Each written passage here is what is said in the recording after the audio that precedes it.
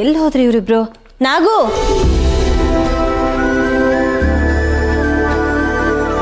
ಅತ್ತೆ ನೀವ್ಯಾಕೆ ಇದನ್ನೆಲ್ಲ ಮಾಡ್ತಾ ಇದ್ದೀರಾ? ಅವರಿಬ್ರಲ್ಲಿ ಪೂಜೆ ಸಾಮಾನು ತರೋದಕ್ಕೆ ಮಾರ್ಕೆಟ್ಗೆ ನಾನೇ ಅವರಿಬ್ಬರನ್ನ ಕಳಿಸಿದ್ದೀನಿ.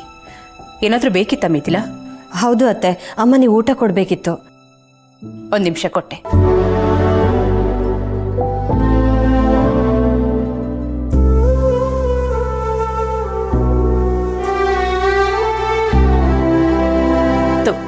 ಅತ್ತೆ ನೀವೇ ರೆಡಿ ಮಾಡಿದ್ರ?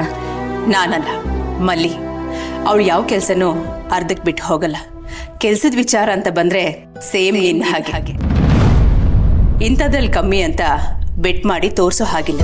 ಒಟ್ನಲ್ಲಿ ಮನೆಗಳು ಅಡ್ಜಸ್ಟ್ ಆದ್ಲಲ್ಲ, ನಂಗೆ ಅಷ್ಟೇ ಸಾಕತ್ತೆ. ಅಡ್ಜಸ್ಟ್ ಆಗೋದ? ತಂದಲ್ದೇ ಇರೋ ಕೆಲಸನೂ ತನ್ನ ಮನೆ ಕೆಲಸ ಅನ್ಕೊಂಡು ಮಾಡ್ತಾಳೆ. ಪೂಜೆಗೆ ಅವಳದೇ ಅಡುಗೆ ಕೆಲಸ. ಕೆಲಸದವ್ರನ್ನ ಎಲ್ಲಿಡ್ಬೇಕೋ ಅಲ್ಲೇ ಇಡ್ಬೇಕು, ತಲೆ ಮೇಲೆ ಇಟ್ಕೊಳಕ್ ಹೋಗ್ಬಾರ್ದು. ಯಾಕತ್ಗೆ ಈ ಮನೆಯಲ್ಲಿ ಸರಿಯಾಗಿ ಕೆಲಸ ಮಾಡೋದು ಅವಳೊಬ್ಳು. ಅವಳು ಹೊಗಳ್ಬೇಡಿ ಅಂತ ಹೇಳ್ತಿದ್ದೀರಾ? ಹೊಗಳಿದ್ರೆ ಪರವಾಗಿಲ್ಲ, ತಲೆ ಮೇಲೆ ಕೂರಿಸ್ಕೊಂಡ್ರೆ ಮನೆ ಮಗನ ಮೇಲೆ ಕಣ್ಣು ಹಾಕಿದ್ರೆ ಕಷ್ಟ.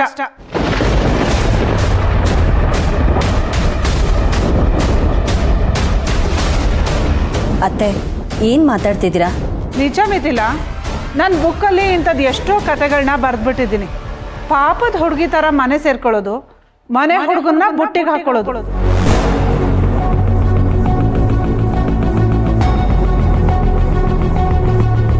ಅತ್ತಿಗೆ ಪ್ರೀತಿಗೆ ಬಡವ ಶ್ರೀಮಂತ ಅಂತ ಭೇದ ಇರಲ್ಲ. ಹಾಗಾದ್ರೆ ಆ ಅಡುಗೆ ಒಳಗೆ ಆ ಕೆಪಾಸಿಟಿ ಇದೆ ಅಂತ ನೀನು ಒಪ್ಕೋತೀಯ? ನಾನು ಹಾಗೆ ಹೇಳಿಲ್ವಲ್ಲ. ಅಕ್ಕ, ಮಲ್ಲಿ ತುಂಬಾ ಒಳ್ಳೆ ಹುಡುಗಿ, ಒಳ್ಳೆ ಸಂಸ್ಕಾರ ಇರೋಂಥ ಹುಡುಗಿ.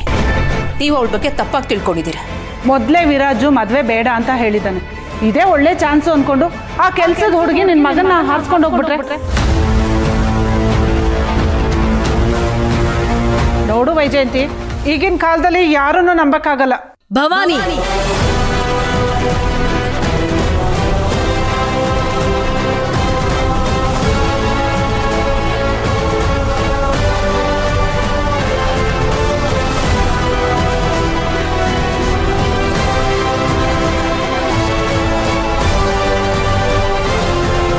ಚಿನ್ನಕ್ಕೆ ಚಿನ್ನ ಮಾತ್ರನೇ ಸೇರ್ಸಕ್ಕಾಗೋದು.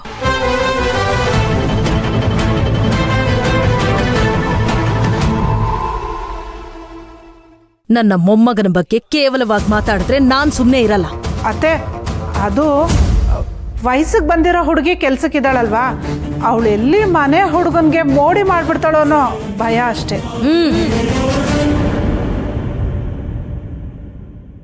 ಯಾರ್ದೋ ಮೋಡಿಗೆ ಬೀಳೋದಿಕ್ಕೆ ಅವನ್ ಯಾರು? ವಿರಾಜ್, ನನ್ನ ಮೊಮ್ಮಗ.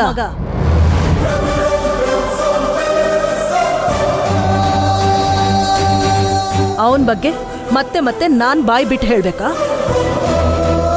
ಹಾಗಲ್ಲ ಅತ್ತೆ, ನಾನು ಕೆಲ್ಸದೋಳ ಬಗ್ಗೆ ಮಾತಾಡ್ಬೇಡ.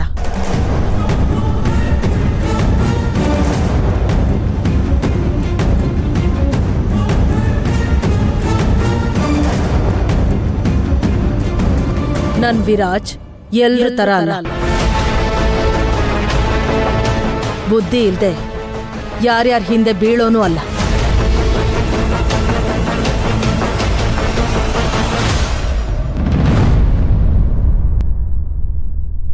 ಅವನಿಗೆ ನಾನು ಯಾವ ಮನೆತನದವನು, ಯಾರ್ ಮೊಮ್ಮಗ ಅನ್ನೋದು ಚೆನ್ನಾಗ್ ನೆನ್ಪಿದೆ.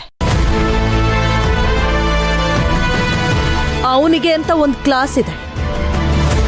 ಆದ್ರಿಂದ ಕೆಳಗಿಳ್ದು ಸಂಬಂಧ ಬೆಳೆಸೋ ಕರ್ಮ ಅವನಿಗೆ ಬಂದಿಲ್ಲ. ವಿರಾಜ್ನ ಹೊಗ್ಲಕ್ ಹೋಗಿ ನನ್ನ ಕ್ಲಾಸ್ನ ನೆನ್ಪು ಮಾಡ್ತಾ ಇದೆಯಾ ಅರುಂಧತಿ? ಈ ಮಿಡಲ್ ಕ್ಲಾಸ್ ಮಿಥಿಲಾ ನಿನ್ನ ಹೈ ಕ್ಲಾಸ್ ಸ್ಟ್ಯಾಂಡರ್ಡ್ನ ಒಂದೊಂದಾಗಿ ಬುಡಮೇಲೆ ಮಾಡ್ತಾಳೆ. ನೋಡ್ತಾ ಇರು. ಅವನ ಎದುರುಗಡೆ 1000 ಹುಡುಗಿರ್ ಬರ್ಲಿ, ನಮ್ ಸಮದವ್ರಲ್ಲ ಅಂತ ಅನ್ಸಿದ್ರೆ ವಿರಾಜ್ ಕಣ್ಣೆತ್ತು ನೋಡಲ್ಲ.